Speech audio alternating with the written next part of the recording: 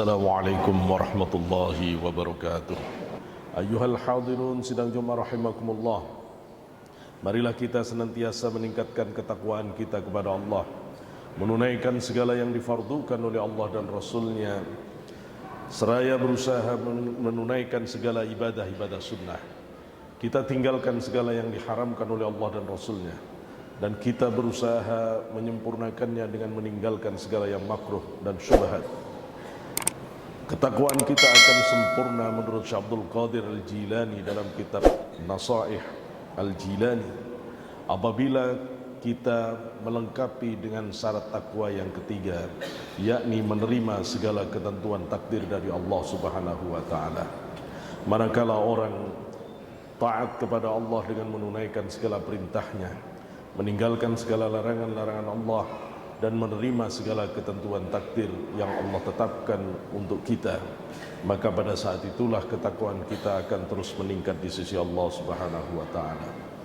Hadirin, menjadi orang yang takwa adalah mengharuskan orang itu taat kepada Allah, senantiasa mengikuti segala perintah-perintah Allah dan meninggalkan larangannya. Ketaatan tidak akan terjadi kecuali orang itu telah mampu menundukkan nafsunya.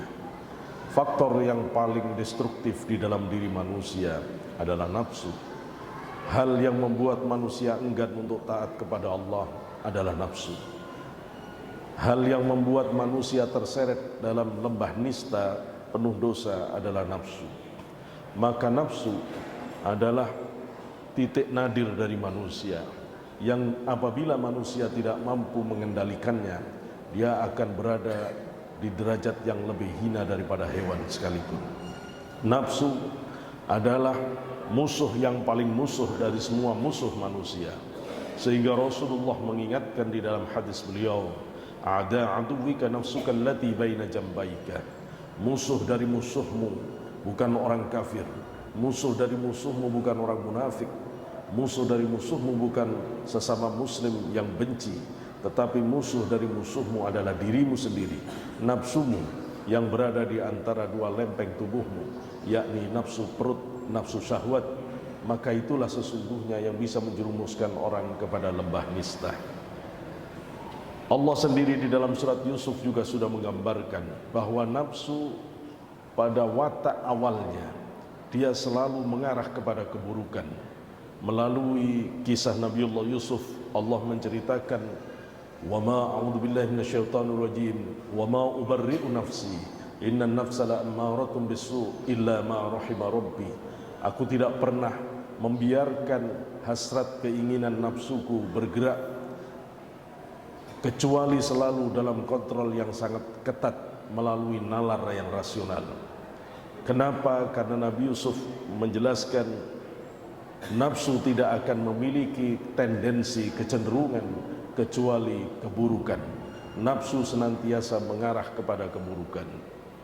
Adalah Imam Ghazali di dalam kitab Kimya'us Sa'adah menjelaskan bahwa watak dasar dari nafsu kita bisa dikenali dalam dua ciri.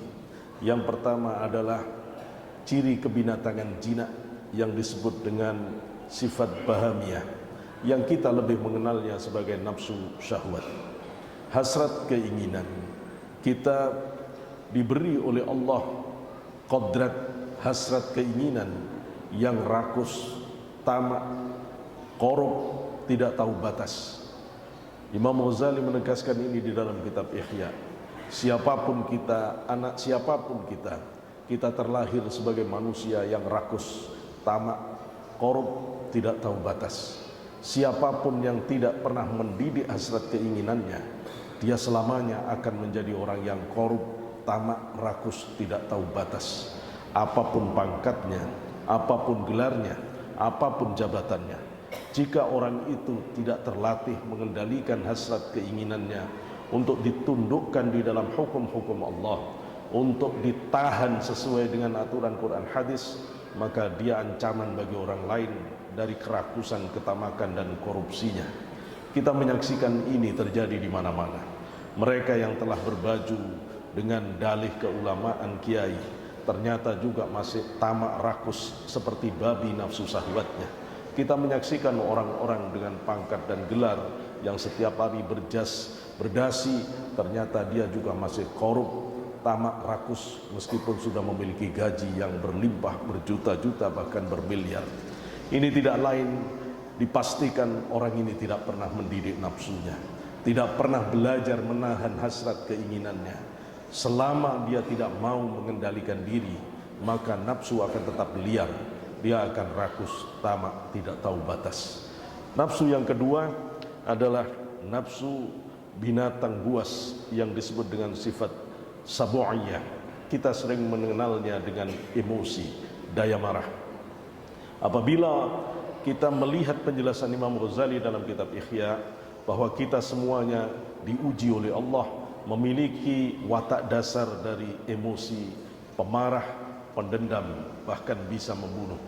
Siapapun yang tidak berlatih untuk menahan emosinya, dia akan menjadi ancaman bagi orang lain. Saat emosinya meledak, dia bisa menampar, melukai, menyakiti, menyerang, bahkan bisa membunuh orang lain. Maka semua kerusakan-kerusakan tindak pidana yang terjadi di muka bumi ini karena kegagalan orang di dalam mengontrol daya emosinya. Semua penyimpangan-penyimpangan seksualitas yang berpuncak pada perzinahan adalah bukti dari gagalnya orang menahan nafsu syahwat. Adapun semua tindakan pidana kerusakan yang berpuncak pada pembunuhan adalah kegagalan orang di dalam mengendalikan nafsu ghadabnya atau emosinya. Maka mengendalikan nafsu adalah persoalan paling serius di dalam beragama ini. Siapapun orang yang bagus di dalam kendali hasrat keinginannya disebut dengan iffah, orang yang suci hasrat keinginannya. Siapapun yang bagus di dalam kendali emosinya, maka dia disebut syaja'ah, pemberani. Ini adalah dua instrumen utama dari orang yang bertakwa. Kita bisa mengenali orang itu bertakwa dari kemampuannya menahan hasrat keinginan, kesederhanaannya pada saat dia dalam gelimang harta, pada saat dia berada di puncak jabatan. Dia tidak menampakkan semua fasilitas kemewahan yang diberikan, kekayaan yang diberikan oleh Allah, pangkat jabatan yang diberikan, diabdikan untuk kebaikan dan kebenaran, menolong sesama, meninggikan agama Allah Subhanahu wa taala. Kita bisa melihat ketakwaan seseorang pada saat dia diprovokasi emosinya, dia tenang dan tidak keluar dari lisannya kecuali kata-kata yang bijak, tindakan-tindakan yang baik yang memberikan pelajaran pada siapapun yang memprovokasinya. Para ulama kita mengajarkan setidaknya ada 3 hal utama yang harus dilakukan apabila kita ingin benar-benar mendidik nafsu kita. Al-Azzaz sebagaimana dikutip oleh Abu Ali Ad-Daqqaq yang dinyatakan oleh Imam Qushairi dalam kitab Risalah Qushairiyah, beliau mengatakan usuluna thalathatun, dasar dari perjuangan mujahadah melawan nafsu adalah 3. Yang pertama adalah alla ta'kula illa indal faqah, hendaklah kamu jangan makan kecuali sudah lapar. Wala tanama illa indal ghalabah, jangan tidur kecuali benar-benar ngantuk. Wala tatakallama illa indad darurah, jangan bicara kecuali benar-benar dalam keadaan yang sangat penting. Para ulama kemudian merumuskan bahwa mengalahkan nafsu caranya adalah 3 yang paling utama: menyedikitkan makan, menyedikitkan tidur malam, dan menyedikitkan berbicara. Qillatul kalam, qillatul manam, wa qillatul ta'am. Kemudian ditambah satu lagi oleh para ulama, yakni qillatul anam, sedikit bergaul dengan orang yang tidak membawa batin kita ke hadirat Allah Subhanahu wa taala. Sedikit makan, maka akan berdampak orang itu akan sering dalam keadaan lapar. Mungkin kita tidak sanggup untuk senantiasa lapar sebagaimana para kekasih Allah yang batinnya, yang fisiknya senantiasa dalam keadaan lapar. Rasulullah adalah rajanya dari orang yang kuat menahan lapar. Seumur hidup perut Rasulullah selalu ada pengikat 2 batu yang senantiasa mengganjal perutnya yang lapar, sebagaimana dijelaskan Abu Nu'aim al-Asbahani dalam kitab Dalailun Nubuwah. kita menyaksikan bagaimana hebatnya Rasulullah menahan lapar, dan sahabat pun mengikutinya. Di antara para sahabat juga biasa menahan perutnya dengan bebatuan supaya kuat menahan laparnya. Yang ini juga dilakukan oleh para ulama kita, yang mereka juga sangat hebat di dalam latihan menahan lapar. Perut yang lapar adalah mendung bagi jatuhnya hujan hikmah. Di dalam perut yang lapar, Allah seringkali memberikan terbukanya ilmu yang tanpa belajar, sehingga siapapun yang kuat laparnya biasanya akan semakin kuat ilmu laduninya. Ulama yang ahli lapar biasanya ilmu yang langsung dari Allah sangat kuat di batinnya, sehingga omongannya akan menembus batin manusia. Apa yang disampaikan merasuk ke dalam jiwa manusia.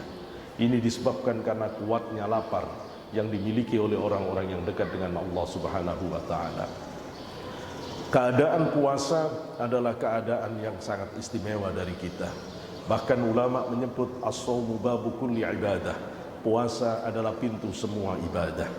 Bandingkanlah diri kita saat dalam keadaan puasa dengan tidak puasa. Mana amal-amal yang lebih baik?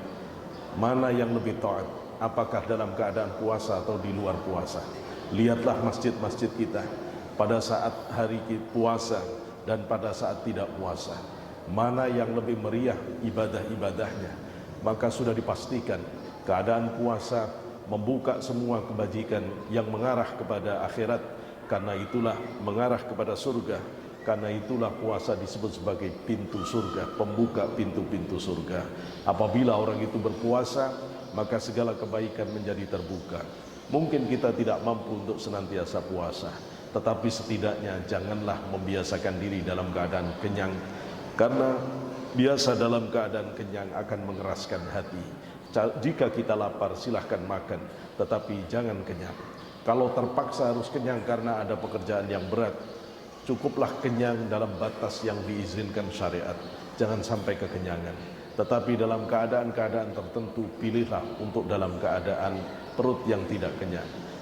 Apalagi pada saat malam hari, sebaiknya perut kita dalam keadaan tidak kenyang, agar kita mudah bangun malam. Perut yang kenyang dengan barang yang halal, itu pun sudah akan berefek berat menjalankan ibadah. Terlebih apabila perut kemasukan barang syubhat, dipastikan dia akan meremehkan agama, meremehkan ibadah, apalagi bangun malam. Tidak akan kuat dia bangun malam. Perut yang kemasukan barang haram, dipastikan mata batinnya akan buta. Dia tidak akan bisa melihat halal haram. Istrinya orang tampak seperti istrinya sendiri, maka maksiat akan berjatuhan karena makanan yang haram ini. Tidak ada orang yang melakukan pekerjaan haram, perbuatan haram, kecuali didahului oleh makan haram. Dipastikan makanan haram inilah yang berubah menjadi energi haram yang akan menuntut perbuatan haram. Maka hindarilah makanan yang haram, pastikanlah makan yang halal secukupnya, agar kita benar-benar bisa taat kepada Allah. Yang kedua, sedikit tidur malam. Tentu sedikit tidur malam kita berlatihnya dari sebelum subuh. Imam Ghazali mengajarkan, jika kita belajar mengurangi makan, kurangilah 1/30-nya, kata Imam Ghazali. Jika kita biasa makan 30 suapan, maka kurangi 1, sehingga kita makannya 29 suapan. Dan itu pasti tidak akan memberatkan. Begitu juga bagi kita yang belajar untuk bangun malam, mulailah sebelum subuh, barang 15 menit saja. Biasakan untuk bangun malam. Jangan sampai tinggalkan sholat malam. Rasulullah berpesan, "Sallu salatal lail walau kahalbi syatin." Salatlah kamu salat malam walaupun secepat orang memerah susu kambing. Meskipun cuma sekelebatan saja, mungkin hanya 2 rakaat tahajud saja atau 3 rakaat witir saja, tidak apa-apa. Tapi jangan sampai kita tidak salat malam.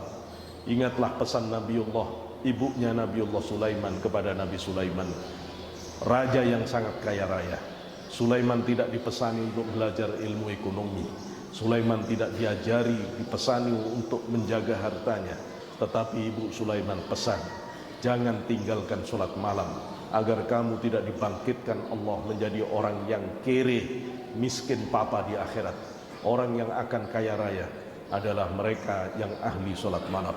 Orang yang akan menjadi gelandangan akhirat adalah orang yang tidak mau sholat malam. Berhentilah untuk tidur berkepanjangan, bangunlah malam agar kita bisa mengalahkan nafsu kita. Yang ketiga, untuk bisa mengalahkan nafsu, sedikit bicara. Sedikit bicara maka akan menghasilkan orang banyak tafakur, banyak berfikir, banyak membaca buku, banyak membaca kitab, banyak berzikir, banyak bersolawat, banyak perbuatan-perbuatan produktif yang dilahirkan. Allah, Rasulnya, para ulama mengajarkan kita menjadi orang-orang Islam yang produktif, bukan orang yang banyak bicara. Hari ini mungkin tidak banyak bicara, tapi banyak bermedsos, banyak bermain game, sama saja. Semua perbuatan yang tidak ada maknanya harus ditinggalkan dan harus berganti menjadi pekerjaan-pekerjaan yang produktif apabila kita ingin mengalahkan nafsu kita. Sesungguhnya nafsu itu punya watak, senang istirahat, senang bersenang-senang, senang makan, senang minum, senang kawin, senang jalan-jalan. Apabila kita terus-terusan memperturutkan ini, kita tidak akan jadi apa-apa dan kita tidak akan punya prestasi di sisi Allah Subhanahu wa taala. Maka yang terakhir, para ulama mengingatkan agar kita taklilul anam, sedikit bergaul dengan orang yang tidak lurus di jalan Allah. Sesungguhnya teman yang buruk akan mencuri sifat baik kita tanpa kita sadari. Apabila kita ahli sholat malam dan kita kemudian berteman dengan orang yang senantiasa bermaksiat di malam hari, maka perlahan-lahan akan hilang kebiasaan sholat malam kita dan perlahan-lahan kita akan ikut untuk dalam keburukannya. Berhati-hatilah dengan orang-orang yang buruk akhlaknya, orang-orang yang tidak mengerti Allah Subhanahu wa taala, orang-orang yang tidak berorientasi akhirat. Jangan terlalu lama, jangan menjadikan mereka sahabat. Bersahabatlah dengan orang yang mengerti akhirat agar kita terbimbing untuk senantiasa menuju ke hadirat Allah Subhanahu wa taala. 4 ini merupakan mujahadah dasar yang senantiasa diterapkan oleh ulama sejak salafus saleh hingga hari ini apabila orang itu benar-benar ingin mengendalikan nafsunya. Semoga kita diberi kemampuan oleh Allah untuk bisa mengendalikan nafsu kita agar kita bisa taat kepada Allah, taat kepada Rasulnya, sehingga kita bisa menjadi orang-orang yang bertakwa. A'udzubillahi minasyaitonir rajim. Bismillahirrahmanirrahim. Wal 'asri innal insana lafi khusrin إلا الذين آمنوا وعملوا الصالحات وتواصوا بالحق وتواصوا بالصبر. بارك الله لنا ولكم في القرآن العظيم ونفعني وإياكم بما فيه من الآيات والذكر الحكيم وتقبل مني ومنكم تلاوته إنه هو الغفور الرحيم. أقول قولي هذا فاستغفر الله العظيم لي ولكم ولسائر المسلمين فاستغفروه إنه هو الغفور الرحيم.